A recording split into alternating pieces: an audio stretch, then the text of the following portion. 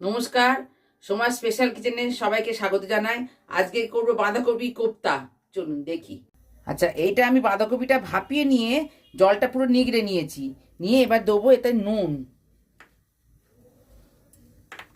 এবার দিলাম বেসন। এটা বাইন্ডিং এর জন্য একটু বেসনটা দিতে হবে।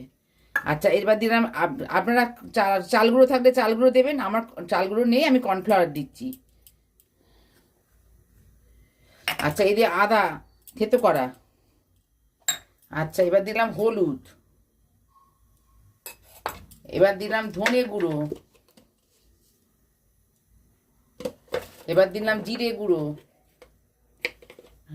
এটা লঙ্কা গুঁড়ো দিচ্ছি, দিলাম জিরে গুঁড়ো, মাখাবো একসঙ্গে। এই কড়া গরম হয়ে গেছে, আমি তেলটা দিয়ে দিলাম। এবার আমি একে একে এগুলো ভেজে নেবো।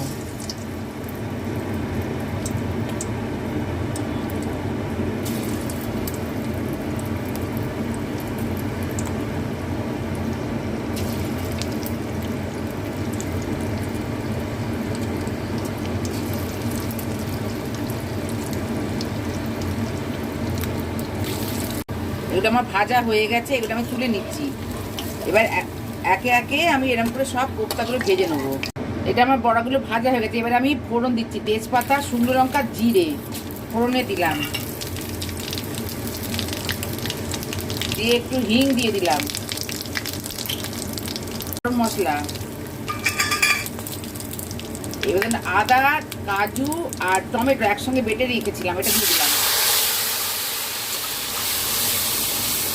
এবার দিলাম অল্প করে হলুদ, এবার দিলাম ধনে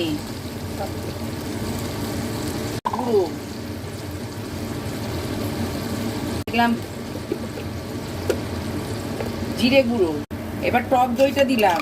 এবার এই সব কিছু দিয়ে আমি এবার কষে নেবো। এবার চিনিটা দিয়ে আর একটু কষে নেবো, নিয়ে এবার নুনটা দিচ্ছি। হয়ে গেছে, এবার এটা হয়ে গেছে। এবার আমি এটা জল দেবো। আমার এটা ফুটে গেছে, এবার আমি কোপ্তাগুলো সব দিয়ে দিলাম। দিয়ে বেশিক্ষণ রাখবো না, এটা একটু নাড়িয়ে আমি নামিয়ে নেবো। এই যে গরম মশলা আর এই ঘি দিয়ে আমি নামিয়ে নেবো।